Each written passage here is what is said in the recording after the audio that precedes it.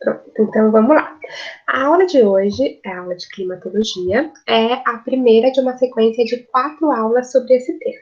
Nós teremos 4 aulas, então, de climatologia, porque é um tema bastante extenso, mas também um pouco complexo. Então, às vezes, a gente fica muito tempo explicando determinadas coisas, porque, não sei, eu diria que é o que tem um pouco mais de exatas dentro da geografia, com relação ao clima.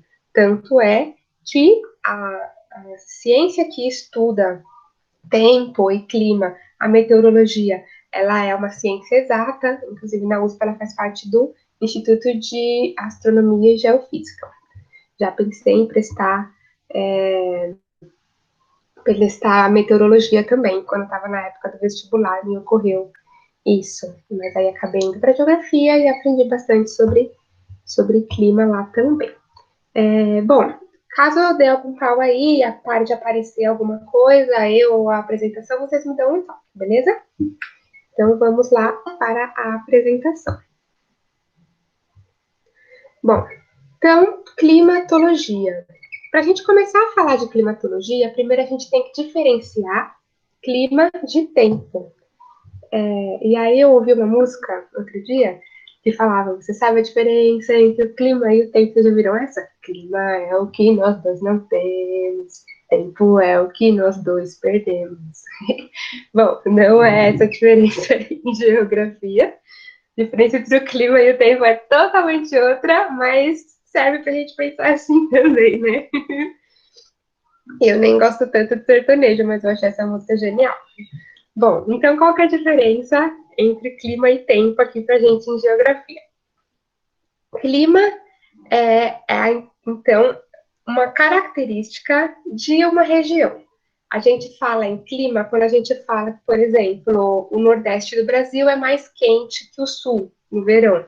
Então, a gente fala que uma determinada região tem uma característica climática, se é mais quente, se é mais chuvoso ou não. Aí a gente está falando em clima. Tempo é um estado da atmosfera. Tempo é o dia a dia. Por exemplo, hoje, vamos falar assim, o clima do Brasil, vamos pensar menos. O clima do estado de São Paulo é um clima subtropical, a gente tem calor no verão e a gente tem temperaturas mais baixas no inverno, mais chuva no verão e menos chuva no inverno, isso é o clima. Mas como é o tempo em São Paulo? Hoje, o tempo em São Paulo é nublado e chuvoso. Não sei aí para vocês, mas aqui no Osasco tá aquele dia cinza com uma chuvinha de vez em quando, uma garoinha. Então, tempo é o estado da atmosfera que é passageiro, no dia a dia mesmo.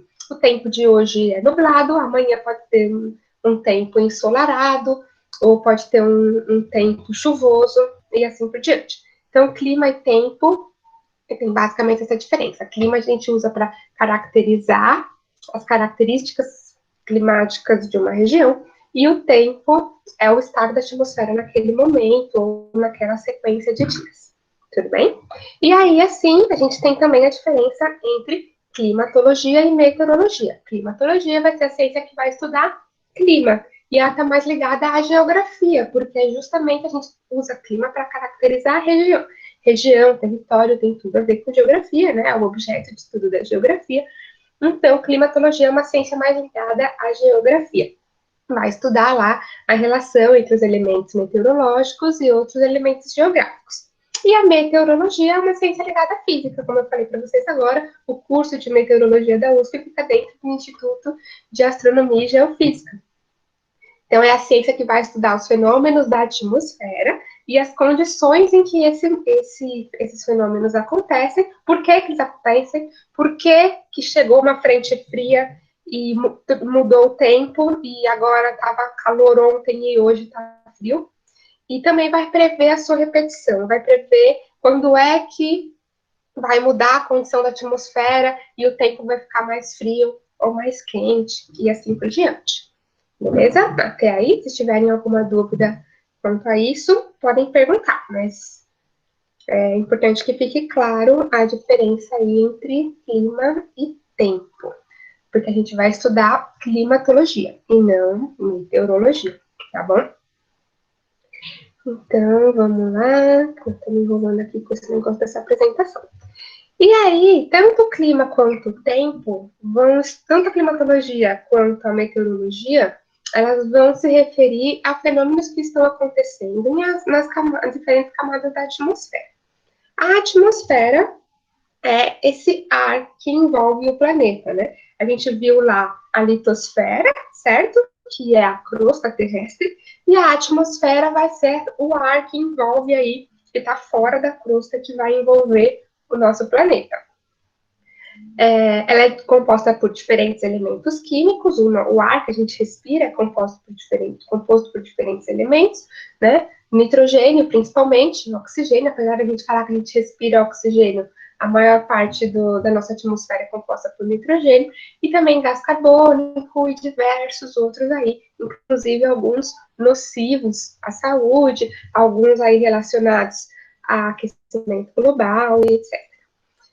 A atmosfera, ela então protege a Terra dos raios ultravioletas do Sol, especialmente a camada de ozônio, e mantém a temperatura média do planeta. Assim, sua dinâmica determina as características climáticas. Mas é importante a gente pegar nisso de mantém a temperatura média do planeta.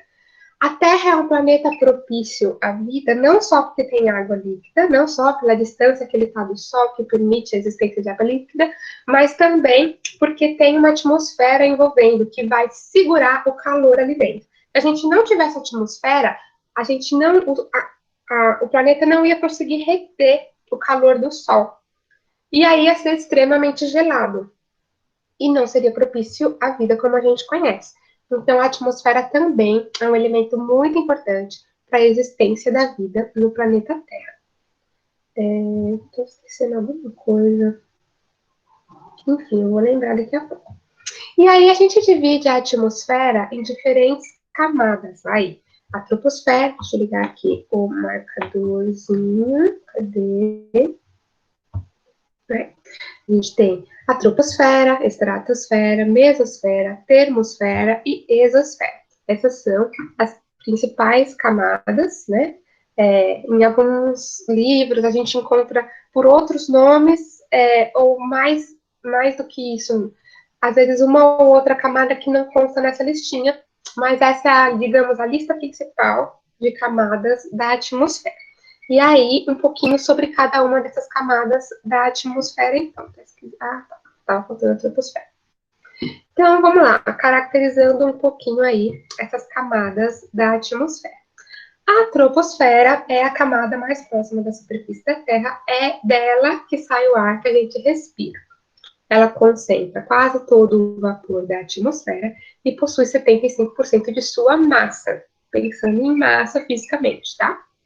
Sua espessura varia dos polos aos trópicos, ou seja, lá perto dos polos, polo norte e polo sul do planeta, a atmosfera ela é mais fininha, ela tem cerca de 7 quilômetros de espessura só, a troposfera, desculpa. A atmosfera como um todo, e aí, né, isso vai proporcionalmente, e aí a troposfera, lá perto dos polos, ela tem uma camada mais fininha, ela é mais fina, tem só 7 quilômetros de espessura.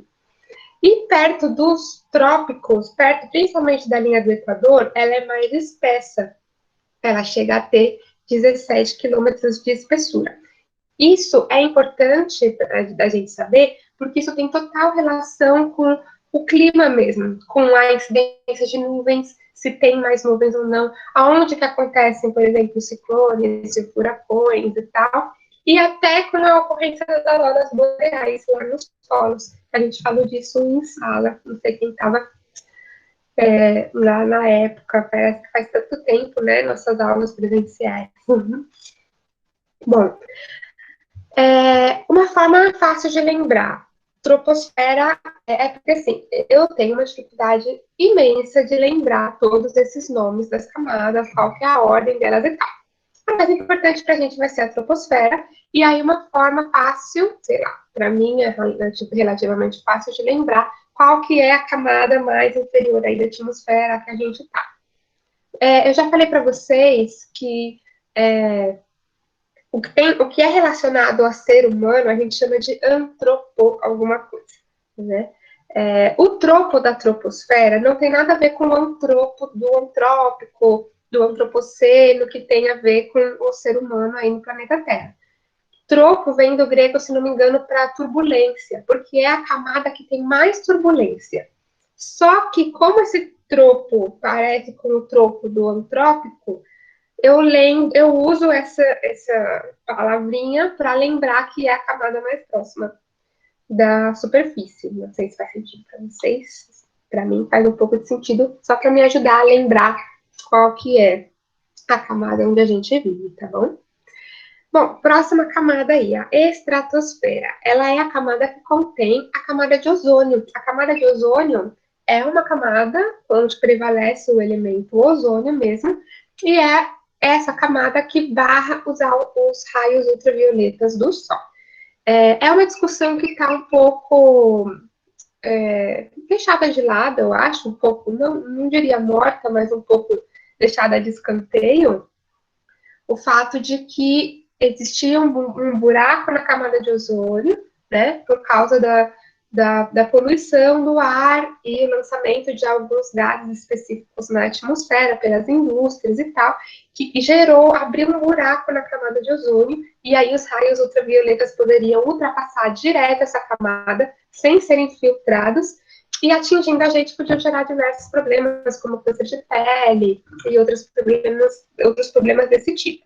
Não sei se vocês já chegaram a ver alguma discussão ambiental sobre o buraco na camada de ozônio, mas é a isso que se refere, e é um problema aí ambiental que foi muito discutido por muito tempo, inclusive alguns produtos tiveram que deixar de ser usados pela indústria justamente para evitar que se aumentasse esse buraco na camada de ozônio. Hoje ele diminuiu muito por causa das medidas que foram tomadas e tal, e a gente acaba priorizando outras discussões no meio ambiental, como, por exemplo, o próprio aquecimento global em si, sendo mesmo que o buraco na camada de ozônio tenha a ver bastante com o aquecimento global e tal. Então, contém a camada de ozônio, que barra os raios ultravioletas do Sol. Beleza. Nessa camada tem pouco oxigênio e pouco fluxo de ar e é muito estável. O que a troposfera tem de instável, lembra? O tropo vem lá de turbulência, e sim, prova de que a troposfera ela é instável. A gente tem ventos fortes, o tempo todo a gente tem ciclones e furacões, a gente tem muita coisa acontecendo aqui na troposfera, então ela é totalmente instável. Já a estratosfera, ela é estável. Vocês conseguem imaginar, assim, às vezes, não sei se eu já vi isso em desenho ou alguma coisa assim, que alguém vai subindo, subindo, subindo e chega numa hora que tá tudo silencioso e vazio, assim, são as camadas aí mais superiores, né, começando pela estratosfera. Mesosfera, próxima camada, o que ela tem de mais importante para a gente saber é que ela é uma camada extremamente fria. É fato que a temperatura do ar vai diminuindo conforme a gente sobe, mas não para sempre. Chega uma hora que ela volta a aumentar, já vou mostrar isso para vocês. E a mesosfera, ela é uma camada extremamente fria. A média da temperatura do ar lá é de menos 100 graus Celsius, tá bom? Essas altitudes que está mostrando aqui, né? A estratosfera chega a 50 quilômetros de altitude e a mesosfera chega a 80 quilômetros. Isso é com base no solo, no nível do mar, tá bom? Então, vocês vão vendo como elas vão ficando elas são cada vez mais altas uma em relação à outra. A termosfera, ela é uma camada acima aí da mesosfera, onde o ar é escasso e há alta absorção da radiação solar. Então, ela é extremamente quente, porque ela absorve muito o calor do Sol, né? Então, até o topo da mesosfera, a temperatura vai esfriando. Quando a gente entra na termosfera, a temperatura volta a aumentar. E aí, a temperatura na termosfera chega até 1000 graus Celsius. Olha lá, foi lá de menos 100 para 1000. Ela é extremamente quente, por isso que ela tem esse nome, termosfera, termo de temperatura, é uma camada que absorve o calor do Sol, então ela tem altas temperaturas, beleza? ela também é a camada mais extensa, é a mais longa, né? Se a gente fosse saindo do planeta Terra, a gente ia ficar muito mais tempo passando pela termosfera do que por todas as outras camadas, beleza? Ela chega lá até 500 quilômetros de altitude. E a exosfera, que é a última, esse exo a gente já viu, é o mesmo exo lá das forças exógenas, então ela é um exo que está relacionado a fora. A exosfera é praticamente fora do planeta, ela é praticamente fora da atmosfera, a camada mais externa, né? O ex de externo a ele, né? Não ex de ex-namorado, por exemplo, apesar dele estar fora da nossa vida, né? É assim que tem que ser, ex tem que ficar fora. E aí a exosfera tem esse ex aí de externo, e aí ela tá a camada mais externa da nossa atmosfera. Ela é praticamente fora do planeta mesmo. Ela é composta basicamente por gás hélio e hidrogênio apenas, e não há gravidade. Ou seja, se você, sei lá, for impulsionada lá para fora do planeta, e aí, se você chegar a ultrapassar a termosfera, que você não vai sobreviver porque ela é muito quente, mas vamos imaginar que você passe lá a termosfera e vá parar lá na exosfera. Você não vai cair de volta, porque não tem gravidade lá na exosfera. E é justamente porque não tem gravidade lá que nessa camada a gente tem os satélites artificiais e os telescópios espaciais que ficam orbitando o nosso planeta. Lembram dos satélites lá do sensoriamento remoto, das imagens de satélite e tal, e outros tipos de satélite, como os satélites de televisão, né? Essas TVs, a gente fala TV a cabo, mas a gente precisa de uma anteninha para elas, porque ela capta o sinal de um satélite que está lá na exosfera, assim como os sinais de rádio, sinais de GPS, satélites de GPS, estão todos lá na exosfera, porque é onde eles podem ficar lá flutuando livre, leve, soltos, sem cair de volta para a Terra, porque lá não tem gravidade. Beleza? Se tiverem dúvidas, vão mandando. Se eu estiver falando muito rápido também, sei lá, qualquer crítica, estou aberta a críticas hoje. Vocês podem falar o que vocês quiserem. E aí, o que eu falei para vocês que ia mostrar como que a temperatura varia. Essa imagem, ela tá aí só para mostrar para você, eu coloquei ela no slide só para mostrar para vocês como que a temperatura varia ao longo das camadas aí da atmosfera. A gente tem a troposfera lá embaixo, olha que tem uma nuvem lá na troposfera. É só na troposfera que tem nuvem, não forma nuvem em outras camadas, só aqui, nessa camada extremamente instável, onde a gente vive. E aí, ó, a temperatura aqui, essa linha vermelha de temperatura, tá aqui em torno de 20 graus aqui perto do solo, e aí ela vai diminuindo, diminuindo, diminuindo conforme vai ficando mais alta, ela volta a aumentar um pouquinho na estratosfera, volta a diminuir muito na mesosfera para aumentar imensamente na termosfera. Então, essa curva, assim, né, de variação de temperatura, não é uma coisa, como se fala, eu ia falar estável, estou me fugindo das palavras, mas não é uma coisa fixa, assim, não é uma coisa lógica, do ponto de vista de que só vai diminuir a temperatura conforme for ficando mais alto. Para a troposfera é verdade, mas passou da troposfera para lá, a temperatura pode variar bastante, beleza? Observem isso, de que na troposfera a temperatura vai diminuindo conforme vai ficando mais alto, porque a gente já vai voltar a falar disso, tá bom?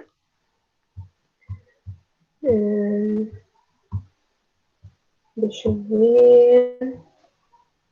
Beleza. Bom, e aí agora a gente vai falar um pouco de elementos do clima. São duas coisas que a gente vai falar nessa aula, de elementos do clima, e a gente vai começar a falar de fatores do clima. São duas coisas diferentes. O que são os elementos? Os elementos, assim, vocês não precisam lembrar a diferenciação, tá?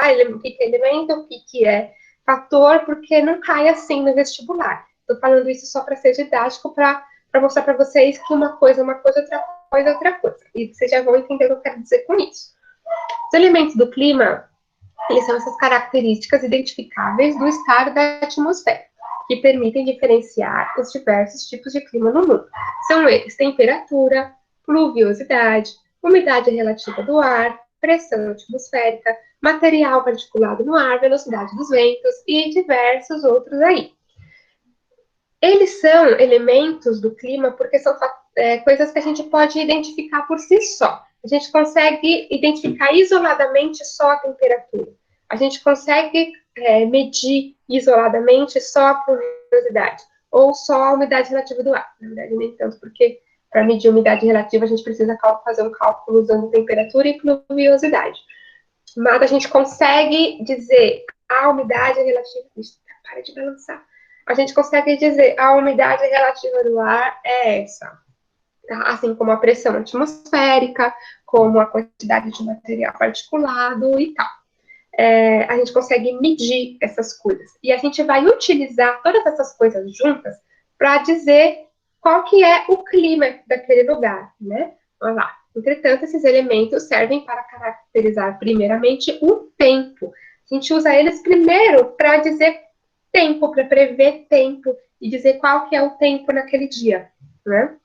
Por isso, lá, elas são características identificáveis do estado da atmosfera. Estado da atmosfera, a gente pressupõe que é num determinado momento, e se é o estado da atmosfera num determinado momento, a gente está falando de tempo e não de clima, tá? Por quê? Clima, e aí isso já vai ficar mais claro para vocês, ele é a sucessão dos tempos. Como é que a gente identifica o clima de uma região?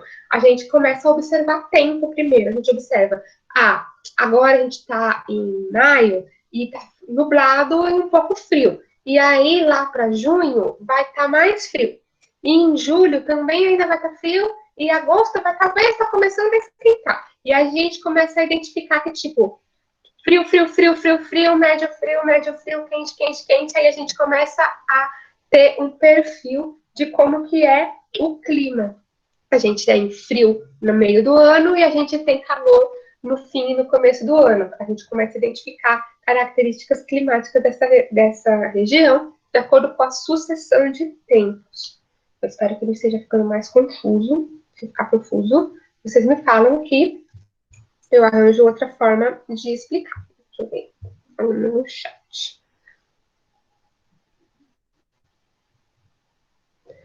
Sim, ó. A Júlia está perguntando se a exosfera, deixa eu voltar lá, ela não entra nessa relação de variação da temperatura. Como ela já é uma camada externa ao planeta, a gente não considera a temperatura dela, porque ela é praticamente já espaço sideral, digamos assim. Então, ela só é identificada para dizer aonde termina. É como se fosse, na verdade, a termosfera última. Só que como a gente utiliza a exosfera para pôr satélites e tal, a gente coloca ela na lista de camadas da atmosfera.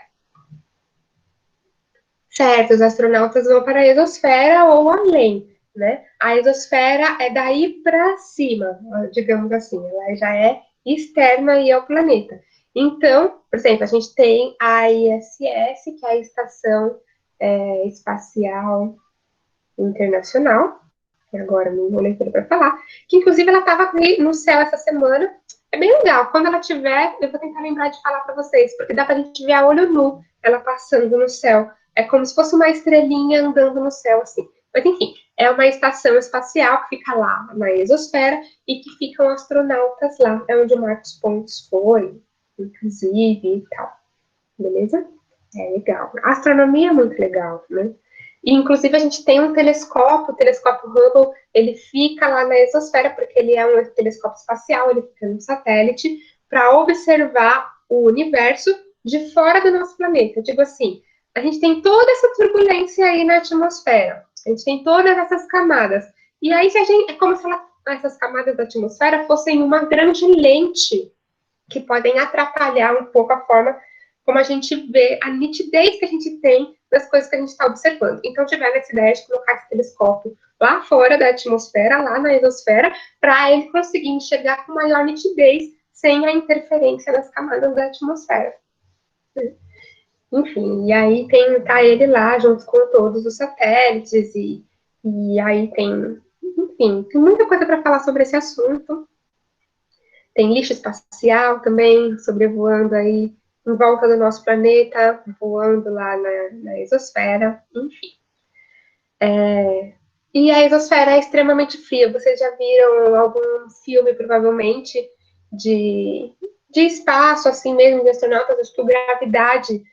Se vocês não viram Gravidade, fica aí a dica para assistir com a Sandra Bullock. É sobre uma astronauta que fica presa lá e tem que dar um jeito de voltar. E aí ele explora bastante essas questões físicas aí da diferença das camadas. Enfim, é bem legal também. Fica a dica para assistir. Voltando aí a falar, então, de elementos do clima, eu coloquei aqui um termômetrozinho, que é para demonstrar como é que a gente calcula a temperatura, com termômetros mesmo, esse que a gente pode ter em casa. Eu tenho um aqui, que eu ganhei de lembrancinha de alguém que viajou para Campo do Jordão e trouxe, básico, um termômetro bem básico. E esse aqui que esse tiozinho tá mexendo aqui, ele é um pluviômetro, que é um equipamento que a gente usa para medir pluviosidade.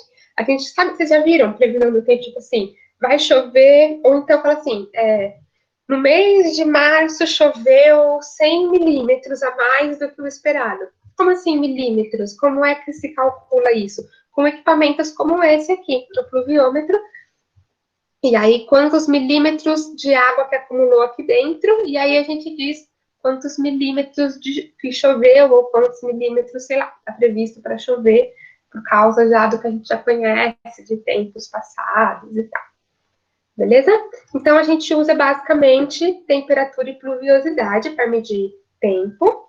E aí, a sucessão dos tempos é o que vão dizer para a gente quais são as características climáticas de um determinado local. Beleza? Aí, uma imagenzinha do clima-tempo.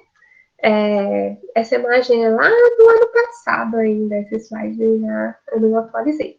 Mas, enfim, aqui estava mostrando que em São Paulo a temperatura seria de 21 graus. Aí ele traz aqui sensação térmica, umidade, pressão, velocidade dos ventos, todos esses são elementos. Mas o que a gente se atenta para saber previsão do tempo? A gente se atenta à temperatura, né? Aqui fala máxima 26 e mínima tal, e a pluviosidade, ao quanto que vai chover. Eu tenho esse hábito de, tipo, é que agora eu não vou sair de casa, ninguém tá, né? Mas se eu vou sair de casa e eu vou passar um dia fora, eu preciso saber que roupa que eu uso, né? Vivemos em São Paulo, sabemos como é. Às vezes a gente sai de manhã, tá mó frio, no meio do dia a gente tá morrendo de calor e depois volta a sentir frio de novo. Bem comum, acho que todo paulistano já passou por isso. Então, eu olho a previsão do tempo e eu me atento à temperatura máxima e mínima e à pluviosidade. Se fala que tem 50% de probabilidade de chuva, eu já levo o guarda-chuva porque eu sei que a chance de chover é grande. Ou então eu olho lá, quanto que vai chover? Vai chover muito, vai chover pouco, vai ser chuva forte, vai ser chuva fraca, entendeu? Pelos milímetros de chuva aí que está previsto chover. E se você já souber como o quê? Assim como, Júlia, de ver a previsão do tempo antes de sair, eu faço isso sempre. É bem mais seguro. Porque já aconteceu tantas vezes de eu sair. Então, é boa também. Ver em cada hora do dia tem uns aplicativos que mostram, né? Porque já aconteceu tantas vezes comigo de sair achando, puta, tá mó calor hoje, então amanhã vai estar calor também. Aí sai de sandalinha, e aí vem aquele frio e aquela chuva, e eu odeio sentir frio no pé e ficar com o pé molhado. Então, aprendi a ver previsão do tempo sempre. E aí, se você tiver uma noção de quanto que costuma chover naquela época do ano na sua região, já ajuda bastante a se preparar para o dia aí, beleza? E aí, quando a gente fala de temperatura e pluviosidade, que são os dois principais fatores para dizer como que é o clima daquela região, a gente tem esse tipo de gráfico aqui, que a gente chama de climograma, tá?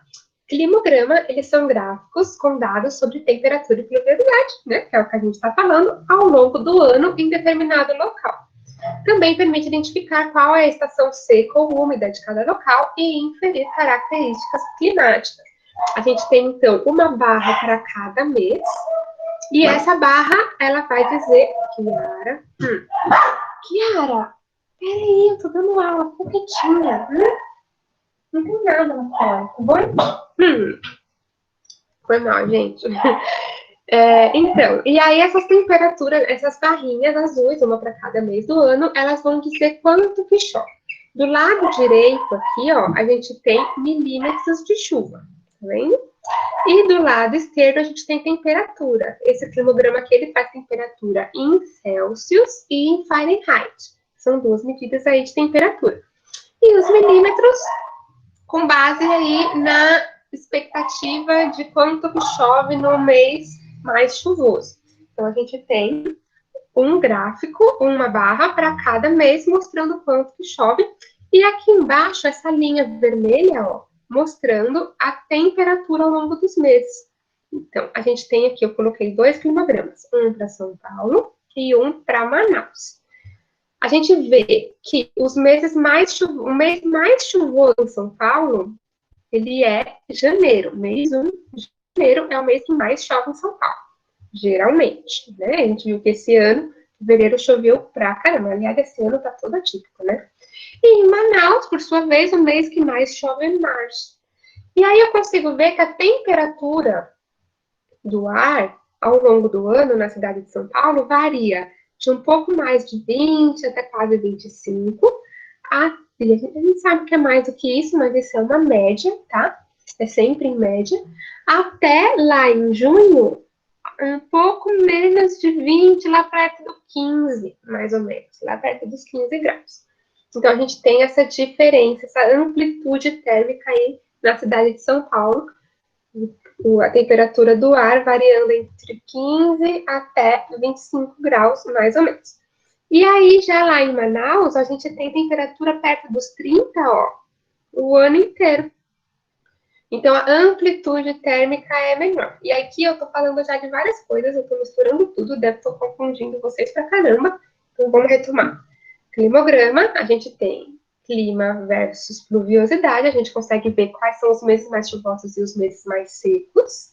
E aí, os climogramas geralmente são para cidades, então eu consigo ver naquela cidade que eu escolhi ver o climograma, quais são os meses mais secos, quais são os meses mais chuvosos, e se a temperatura varia muito ao longo do ano. A gente vê então que existe uma certa estabilidade na temperatura, a amplitude térmica é essa variação das temperaturas mínimas para as temperaturas máximas. Então, a amplitude térmica de São Paulo é relativamente baixa, 10 graus de diferença é relativamente pouco.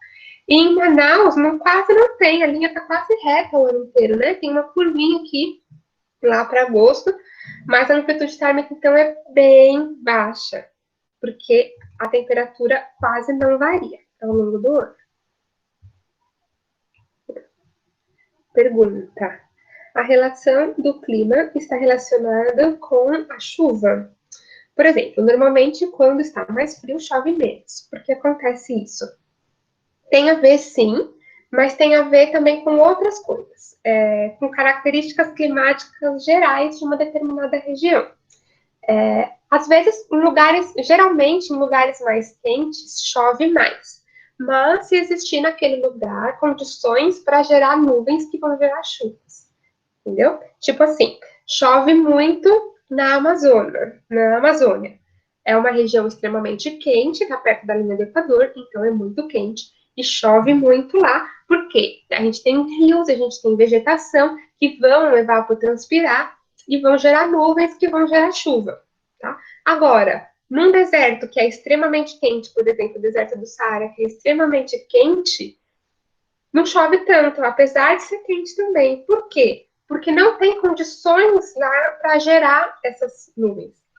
A gente não tem, por exemplo, vegetação para evapotranspirar. Ou então, a própria forma como os ventos se movimentam. Os ventos no planeta Terra, a gente vai ver isso na próxima aula, eles têm direções preferenciais, assim, no planeta. E aí, às vezes, os ventos de uma região levam as nuvens que se formam ali para outras. É o caso, por exemplo, de grande parte da chuva no Sudeste. A gente tem uma massa de ar, de vento, que vem trazendo as nuvens que se formam lá na Amazônia, algumas delas, para vir aqui para São Paulo chover aqui. Então, a gente tem os ventos trazendo as nuvens. No caso aí dessa massa equatorial continental, que é essa massa de ar que traz as nuvens da Amazônia, ela poderia levar as nuvens lá para o Chile, mas ela não consegue chegar, as nuvens não conseguem chegar lá porque a gente tem a Cordilheira dos Andes no meio do caminho. Do lado de lá da Cordilheira dos Andes, a gente tem o deserto do Atacama, que é o deserto mais seco do planeta, apesar de a gente estar na América do Sul, num lugar que tem muitas chuvas, tem muita água e tal, porque a gente tem aí o relevo interferindo. Então, é uma série de fatores que vão dizer por que chove mais num lugar ou menos. A mesma coisa acontece no Nordeste. Por que chove menos no Nordeste? Tem questão de relevo, tem questão de como que o ar se movimenta ali na região, etc. e tal. Tá bom? Espero que tenha respondido a pergunta. Beleza. Então, voltando aí ao climograma, a gente tem a amplitude térmica e essa variação. Coisa legal que dá para saber pelo climograma. Às vezes, só de olhar para o climograma, a gente consegue saber se aquele lugar é no hemisfério norte ou no hemisfério sul. Porque lembram lá na aula de movimento da Terra, que a gente falou de estações do ano? As estações do ano são invertidas, quando é inverno aqui no hemisfério sul, é verão no hemisfério norte, e assim por diante. Então, se as temperaturas são mais baixas no meio do ano, vai ser hemisfério sul. Se as temperaturas são mais altas no meio do ano, vai ser hemisfério norte. Olha aqui o próximo slide para vocês verem. Esse slide mostra duas cidades que estão no hemisfério norte. Olha como a curva sobe no meio do ano, né? Temperaturas mais altas no meio do ano indicam verão no meio do ano. Se é verão no meio do ano, então é hemisfério norte, tá bom? Voltando aqui para vocês verem, temperatura, ó, curva para baixo no meio do ano, aqui curva para cima no meio do ano. E aí eu trouxe dois gráficos com dois climogramas bem extremos. O climograma de Dubai, que fica lá no Oriente Médio, uma região extremamente quente. Olha lá, a temperatura lá chega, ela não passa dos 18, vamos dizer aqui, o 15 vai estar aqui nessa marquinha, ou sei lá, uns 19 graus. A temperatura mais baixa lá no começo do ano, lá pra, entre janeiro e fevereiro, uns 19 graus, e lá no meio do ano as temperaturas mais altas que chegam lá a 35 graus, mais ou menos, né? E olha quanto que chove, né? Chove muito pouco. Tanto é que, repare, que o climograma aqui, ó, de São Paulo, ele traz a marca da pluviosidade até 220 milímetros de chuva por mês. O de Manaus, ele trazia até 300, porque chove mais em Manaus do que em São Paulo, né? Chega a chover 80 milímetros a mais no mês mais chuvoso. Então, é sempre bom observar isso. Não quer dizer que, porque o gráfico está no topo aqui nos dois quilogramas, que chove ao mesmo tempo. A gente tem que observar os valores que ele está trazendo, beleza? Então, o máximo aqui em São Paulo é 220, em Dubai o climograma dele chega em 80, a pluviosidade, e nenhuma barra chega lá. Eles não chegam nem a 30 graus, a 30 milímetros de pluviosidade, tá vendo? Ou seja, é uma região desértica extremamente seca. Então, pelo climograma, a gente consegue saber que é um lugar extremamente quente e extremamente seco, e que tem um verão extremamente seco. Olha só, onde tem temperaturas mais altas, não chove. Então, um verão bem seco. E aqui o climograma de Moscou, que fica lá na Rússia, também no hemisfério norte, né? Vindo para cima no meio do ano. A gente tem mais chuva, chega a 100 milímetros, a linha aqui de pluviosidade, mas a temperatura, olha, passa lá do zero, ou seja, nos meses mais frios do ano, que é no começo e no fim do ano, a temperatura passa de zero, né, para baixo. Vai chegar lá a quase menos 10 graus, a temperatura média. Então, é um lugar que tem um inverno extremamente frio e que tem um verão chuvoso. Os meses que mais chovem são os meses mais quentes, beleza? Ao contrário, por exemplo, aqui de São Paulo, que o mês mais frio também é o mês menos chuvoso, né? A gente tem esses invernos secos aqui em São Paulo. Belezinha? Se tiverem dúvidas, vão mandando, enquanto isso, vou falando.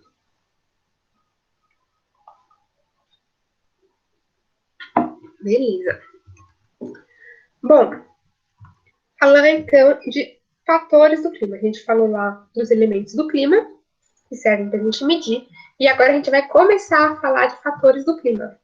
Hoje a gente vai falar só de latitude e movimentos da Terra e altitude e relevo. Na próxima aula a gente continua, para não ficar muito pesado, não ficar muita coisa. Dividir a aula, então, em 4. Então, fatores do clima e fenômenos climáticos. Eles são as consequências do aquecimento diferencial da atmosfera, que vai provocar circulação na atmosférica, circulação do ar, e diferentes estados de umidade e precipitação, e assim por diante. Ou seja, o que vai acontecer? O Sol vai aquecer a nossa atmosfera, aquece diferente cada camada lá, e a nossa troposfera, né, que é onde acontece tudo que a gente vai ver daqui para frente, ela é aquecida de forma diferente, de acordo com a localização no planeta e tal. Tem a ver com o movimento da Terra, tem a ver com muita coisa. Justamente porque o ar se aquece de forma diferente, ele também vai se movimentar de forma diferente. Lembram aquilo de ar quente é mais leve, ele sobe, o frio ele é mais denso, ele desce, é o que acontece lá nas camadas convectivas do manto, e acontece também aí na atmosfera. Então, o ar, esse aquecimento diferencial, uma parte aquece menos, uma parte aquece mais, vai fazer com que o ar se movimente de uma parte para outra, e a gente vai ter ventos, e a gente vai ter variação no estado da atmosfera como um todo, na pressão e tal. A gente vai começar a ver tudo isso daqui para frente, beleza? Bom, vamos lá. A principal relação produtora de clima ocorre entre a radiação solar e a atmosfera terrestre, que é o que eu estava falando agora. E as variações regionais do clima ocorrem pelas diferentes condições de absorção e aproveitamento dessa radiação. Isso já vai ficar mais claro para vocês. Então, vamos falar aí dos principais fatores climáticos. Começando por latitude e movimentos da Terra. Lembram desse GIF lá da nossa aula, ainda presencial, que parece que faz tanto tempo, né, sobre movimentos da Terra? A gente tem, então, lembram que a gente viu também a diferença entre latitude e longitude, né? Latitude, deixa eu pegar o globo para mostrar para vocês, espera aí, ele tá aqui.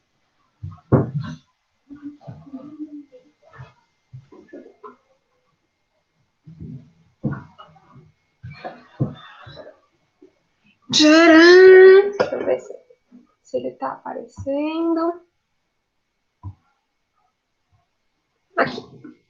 Então, a gente tem latitude, a partir da linha do Equador para norte ou para sul, a gente tem uma diferença de latitude, né? E a partir do meridiano de Greenwich, que está mais ou menos aqui, assim, é uma linha que corta de norte a sul, para oeste, para leste ou para oeste, a gente tem variação de longitude. E aí, a variação de latitude para norte ou para sul é muito importante para a gente entender clima também, a variação climática aí no planeta. Por quê? Como o GIF está mostrando aí para vocês. A gente tem, de acordo com como a Terra se movimenta ao redor do Sol, uma hora o Sol vai estar iluminando mais o hemisfério norte do planeta, e outra hora o Sol vai estar iluminando mais o hemisfério sul do planeta, porque o eixo da Terra é inclinado. Não é à toa que os globos são feitos assim, com o planeta inclinadinho, é porque a Terra ela tem essa inclinação de aproximadamente 23 graus. Bom, 23 graus de ângulo, não de temperatura.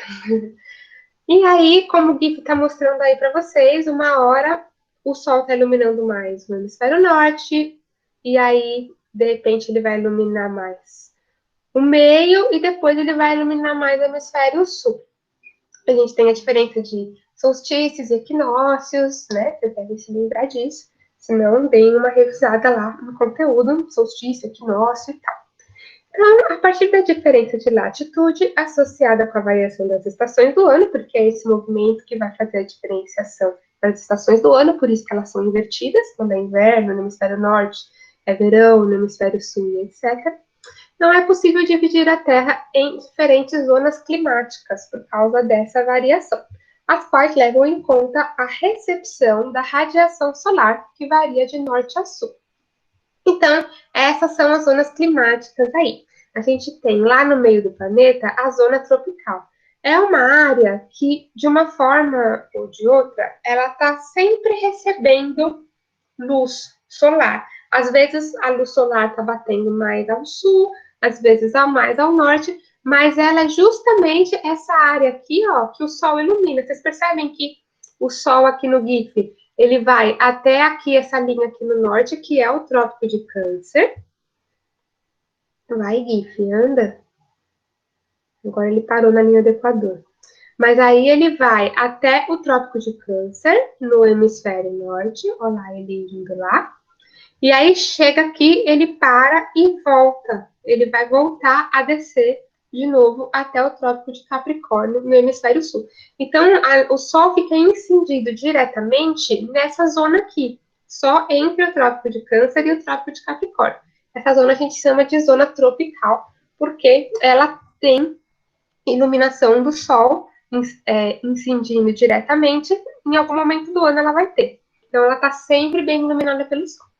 A zona temperada do norte ou a zona temperada do sul, ela é a que fica entre os trópicos e os círculos polares, que são a próxima linha imaginária lá. O círculo polar é essa que determina onde o sol ilumina ou não. Deixa o GIF andar mais um pouquinho aí, que ele não está me ajudando, mas percebam que quando o Sol está iluminando aqui o hemisfério norte, o polo sul aqui, ó, fica na sombra, fica no escuro. Qual que é o limite onde tem luz e onde tem sombra? A linha do círculo polar norte ou do círculo polar sul, Antártica ou Ártica, né? Então, entre essa linha e os trópicos, a gente tem as zonas temperadas. E aí, dos círculos polares até o polo, a gente tem as zonas polares ou zonas glaciais. Qual que é a diferença delas? Na zona tropical, a gente vai ter uma temperatura mais ou menos estável, pouca amplitude térmica ao longo do ano, nas zonas tropicais, porque é uma zona que está sempre quentinha e é sempre iluminada pelo sol. Quando o sol está lá no hemisfério norte, ele está lá no Trópico de Câncer, iluminando mais o hemisfério norte, lá no hemisfério sul, vai ter pouca luz do sol. Então, qual que é a zona que vai ser mais prejudicada? A zona temperada sul e vice-versa, tá? E a zona polar vai ser aquela que em algum momento do ano, nos meses de verão, vai ter luz do sol e nos meses de inverno não vai ter luz do sol. Basicamente, a diferença é essa, tá bom? Eu espero que esteja ficando claro. Explicando aí um pouco melhor as zonas climáticas, então. A zona tropical está lá entre os trópicos, né? Outra imagem aqui para demonstrar. Entre os trópicos de Câncer e de Capricórnio, onde os raios solares conseguem incidir perpendicularmente, né? Direto, portanto, com boa recepção solar e clima quente o ano inteiro, ou pelo menos razoavelmente quente o ano todo. As zonas temperadas, elas estão entre os trópicos e os círculos polares, como eu disse, e o Sol nunca incide perpendicularmente, ele nunca vai estar aqui em cima da cabeça, ele está sempre inclinadinho assim, tá bom? Assim, essas zonas possuem estações do ano bem definidas. Essa é a principal característica das zonas temperadas. Elas têm estações do ano bem definidas. O inverno é frio mesmo, o verão é calor mesmo, e a primavera e o outono são esses climas meio mistos aí, né? Essa é a principal característica, tá bom? Porque no verão o sol está bem mais perto ali da zona temperada e no inverno o sol está bem mais longe. Então no verão vai ser bem quente e no inverno vai ser bem frio, tá bom?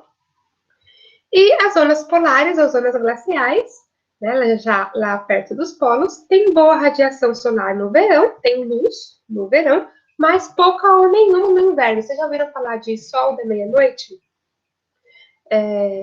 Que quando é verão no polo, pode ser que tenha 24 horas direto de sol, dependendo da latitude que você está. Você vai ter um dia inteiro em que o sol não se põe, 1, 2, 3, até mais, em que o sol não se põe, porque tem muita recepção solar quando é verão naquela região. beleza? E também tem grande variação na duração do dia e da noite, se vocês se lembram, mas conforme a latitude que você está no planeta, a duração do dia e das noites também tem bastante diferença. A gente viu isso, inclusive, para justificar os horários de verão, porque que alguns países têm horário de verão e outros não, beleza? E aí, umas fotinhas aí para mostrar aqui uma foto de um lugar tipicamente tropical, né, entre os trópicos lá, perto da linha do Equador, sempre quente, sempre lindo, aquele lugar onde o pessoal rico vai passar as férias, no Caribe, essas coisas e tal, né, aqui nas praias do Nordeste, enfim. Aqui, típico glacial, tem frio o ano inteiro, então neve praticamente o ano inteiro, tá bom? E essa aqui são 4 fotos da mesma árvore em 4 estações numa zona temperada, onde as estações do ano são bem definidas. Sabe aquele papo que a gente vê de que o outono, as folhas caem, né? O outono é sempre igual, as folhas caem no quintal. E aí a primavera tem flores, e no inverno tem neve, e no verão tem calor, e aí a gente vê filmes americanos tipo High School Musical, que todo mundo adora o verão, porque vai todo mundo pra piscina. As estações do ano são bem definidas em lugares que tem clima temperado, beleza? Então, típico de clima temperado aqui. Essa foto, assim como outras fotos que vocês já devem ter visto aí pela internet, do mesmo lugar, em diferentes estações do ano, coisa que a gente não vê aqui no Brasil, porque a gente não tem clima temperado no Brasil, a gente não tem estações do ano bem definidas. A gente tem mais calor o ano inteiro, a gente não tem. Tem poucos lugares no Brasil em que as temperaturas são realmente muito baixas a ponto de nevar. Beleza? E aí, altitude e relevo, para fechar nossa aulinha de hoje, altitude e relevo, vamos lá. A gente falou de latitude agora há pouco, latitude, né? Do Equador até o norte, do Equador até o sul, variação de latitude. Agora, altitude é outra coisa. A altitude é a altura por relação ao nível do mar. Lembra disso? Tem a ver com topografia e tem a ver totalmente com relevo. Então, a altitude, que é determinada pelo relevo, se um lugar é mais alto ou mais baixo, influencia na absorção da energia solar, conforme a quantidade de atmosfera existente acima da superfície terrestre. Como assim? Eu mesmo lendo esse texto, eu acho ele extremamente confuso, mas vamos lá tentar explicar. Vamos lá. Depois de aquecido pelo Sol, o solo e as águas superficiais devolvem parte do calor à atmosfera. Ou seja, o Sol aquece, que é o que essas setinhas aqui da imagem estão tentando dizer.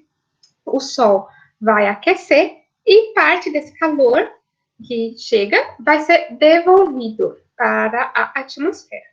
Nas áreas mais baixas, o ar é mais denso, né? Porque tem mais atmosfera, certo? Imagine, quando a gente fala de pressão atmosférica, é disso que a gente está falando também. A gente está aqui embaixo e a gente tem muito mais atmosfera em cima da gente do que se a gente estivesse num lugar muito alto. Então, lá no nível do mar, altitude zero, a pressão atmosférica é maior, porque tem muito mais atmosfera pesando em cima da nossa cabeça do que se a gente estivesse no topo de uma montanha em que a gente já subiu grande parte da atmosfera e o tanto de ar de atmosfera que tem em cima da nossa cabeça é menor. Tá bom? Sabe aquilo de quando os jogadores da seleção vão jogar em países mais altos, sei lá, no Equador e tal, que são lugares mais altos, eles têm que se adaptar à pressão, é justamente disso que está falando. E isso, por isso que quando a Sá está perguntando se é por isso que quando a gente vai para a praia, o ouvido estoura. Sim, essa diferença, essa que a gente sente do ouvido entupir, né, é justamente por causa da variação da pressão atmosférica. A gente está atravessando, ou quando a gente desce, né, ou quando a gente sobe também. Nosso corpo tem que se readaptar a essa quantidade de ar que está em cima da nossa cabeça, ou não. Exemplo para vocês. A primeira vez que eu viajei de avião, eu achei que eu ia morrer. Isso não acontece com todo mundo, tá? Não quero assustar ninguém. Mas, assim, eu tava já ansiosa, porque ia ser a primeira vez que eu ia viajar de avião, e eu tava com uma rinite, assim, monstruosa. De eu não conseguir sentir o gosto das coisas de tanto que o nariz estava entupido, sabe? E aí, justamente porque tinha tudo aquilo em mim, a minha cabeça ficou muito pesada. Conforme o avião, toda vez assim, enquanto o avião estava voando, numa boa, mas quando o avião descia ou subia, minha cabeça doía tanto, e era um voo que, tipo, desceu numa cidade, subiu para ir para a cidade que eu estava. Então, eu passei pelo pouso e decolagem 2 vezes. E aí, a variação da pressão com o avião subindo ou descendo fazia minha cabeça doer imensamente, assim, de eu achar que eu ia enlouquecer de tanta dor de cabeça. Mas por causa disso, eu já tinha muitas, né? Eu não queria falar, mas tinha muito catarro na minha cabeça, por causa da sinusite e tal. E aí, eu acho que isso influenciou, mas depois que eu fui me ligar, que era justamente por causa da variação da pressão. Beleza? Então, a gente tem mais atmosfera, onde a gente está mais baixo. E se a gente tem mais ar, a gente tem mais elementos para reter calor, né? Conforme a gente está mais alto, a gente tem menos atmosfera, a gente tem menos ar e tem menos elemento para prender calor. Por isso que onde é mais alto, é mais frio. É isso que eu estou querendo dizer com esse texto todo, né? Essa retenção do calor é o que chamamos de efeito estufa. A gente costuma pensar em efeito estufa como se fosse uma coisa ruim, mas na verdade o efeito estufa é justamente essa capacidade que a nossa atmosfera tem de reter esse calor.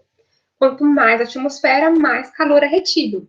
Um pouco mais baixo, mais quente, por isso que a temperatura da troposfera diminui conforme vai ficando mais alto. Lembram do gráfico lá? Vou mostrar lá. O gráfico, volta, volta, volta.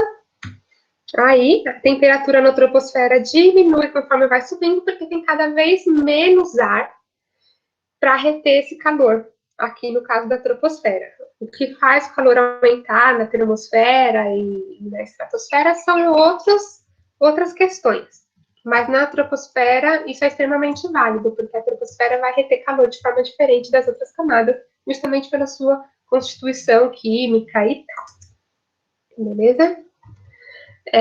Então, quanto mais alto, mais frio. Basicamente, o que vocês precisam saber é isso. E aí, o relevo também influencia na circulação atmosférica em níveis regionais e locais, que eu estava falando para vocês agora há pouco, porque que não chove no deserto do Atacama, apesar de a gente estar na América do Sul, num lugar úmido e tal. Porque a gente tem relevo aí atrapalhando a forma como as nuvens se movimentam no ar. Então, o relevo também influencia na circulação atmosférica. A gente tem essa imagem aqui, ela está mostrando justamente isso. Como é que as chuvas vêm da Amazônia aqui para o Sudeste brasileiro, beleza? Olha lá. A água evapora, a água do mar evapora, são formadas das nuvens, né? Os ventos sopram a corrente de ar carregada para a Amazônia, e aí vai chover muito lá na Amazônia. A Amazônia é um lugar extremamente chuvoso. Tem aquele lance, chove muito na Amazônia porque tem floresta ou tem floresta porque chove muito? Fica a dúvida aí para vocês ficarem pensando nisso antes de dormir. E aí, no 3, a água atinge a floresta, evapora rapidamente, formando mais nuvens, e as nuvens seguem para o oeste, são barradas pela Cordilheira dos Andes, e então tem o seu curso mudado, redirecionado aqui para o Sudeste brasileiro. Elas acompanham o contorno das montanhas, fazem a curva e seguem em direção ao centro-oeste, sudeste e sul do país. Relevo influenciando aí, então, como é que as chuvas chegam aqui. Eu vi uma imagem uma vez que fala que temos desertos, mais ou menos nessa latitude do planeta, em vários continentes. Na Austrália, na África. E a gente não tem aqui no Brasil, justamente por causa do redirecionamento das nuvens pela Cordilheira dos Andes. Mas do lado de lá da Cordilheira dos Andes, a gente tem o deserto do Atacama, que é o deserto mais seco do planeta. Beleza? É o que acontece também no Nordeste brasileiro, semiárido lá, que a gente tem uma região extremamente seca no Nordeste, e a gente tem uma cadeia de montanhas que impede que essas nuvens formadas no mar cheguem lá. Elas barram lá, que nem está mostrando aqui na imagem, barra vem, e não vão para o outro lado. Então, de um lado da serra, a gente tem ar úmido e chuva, e do lado de lá, que a gente chama de solta-vento, ar quente e seco, porque a umidade não conseguiu ultrapassar essa barreira geográfica aí. E aí, esse tipo de chuva que ocorre por causa do relevo, que tem a ver com bala vento, solta vento, as nuvens batem e chove de um lado e não de outro, elas são o que a gente chama de chuvas orográficas, né? Chuvas orográficas, são chuvas de relevo, lembram da orogênese? O orográfica tem tudo a ver, chuvas de relevo, então são chuvas orográficas. E aqui, um parênteses aí, só para a gente não deixar de falar de tipos de chuva, a gente tem esses 3 tipos de chuvas, chuvas de relevo, que chove de um lado e não do outro, porque as nuvens bateram ali no relevo e aí a água se acumulou ali, choveu ali. Chuva orográfica acontece muitas vezes na Serra do Mar, né? Quando a gente vai para a praia, a gente desce a serra, quando a gente volta, a gente sobe. Às vezes, as nuvens vindo do mar batem ali na serra, por isso que a gente tem a Mata Atlântica ao longo da Serra do Mar, porque é uma área bastante chuvosa, um pouco por causa de chuva orográfica também. Não quer dizer que o relevo barra toda a chuva? Não. Mas uma parte pode ser barrada ali e chove bastante ali. Aí a gente tem também as chuvas convectivas, convecção, né? O ar subindo, o ar descendo, que ela tem justamente a ver com a evapotranspiração.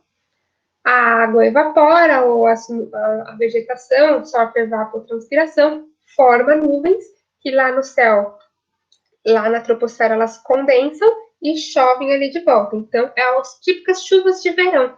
A gente faz muito calor, e aí o ar quente sobe, forma nuvens. Repare que no verão, às vezes começa. É que agora vai demorar para o verão de volta, mas o dia amanhece às vezes com o céu limpo e vai formando nuvens, nuvens, nuvens. E aí no fim da tarde a gente tem aquelas chuvas de verão no fim da tarde, porque o calor foi tão quente ao longo do dia que tudo evaporou, formou nuvens e choveu.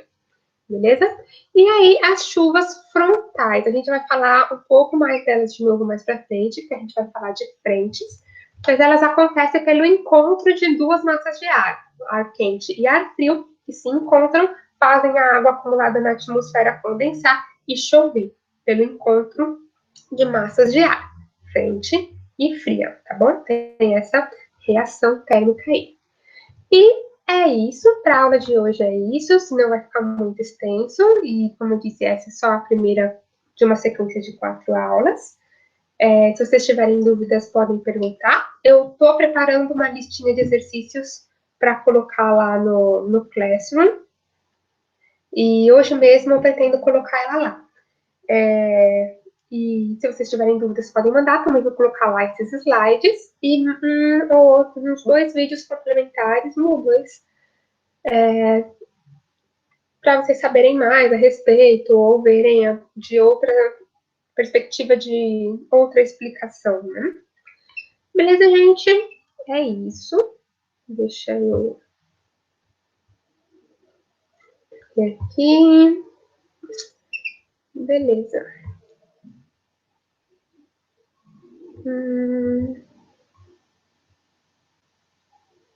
Aquela lista que eu coloquei uma lá hoje que era da aula da semana passada, que só hoje eu percebi que eu não tinha colocado.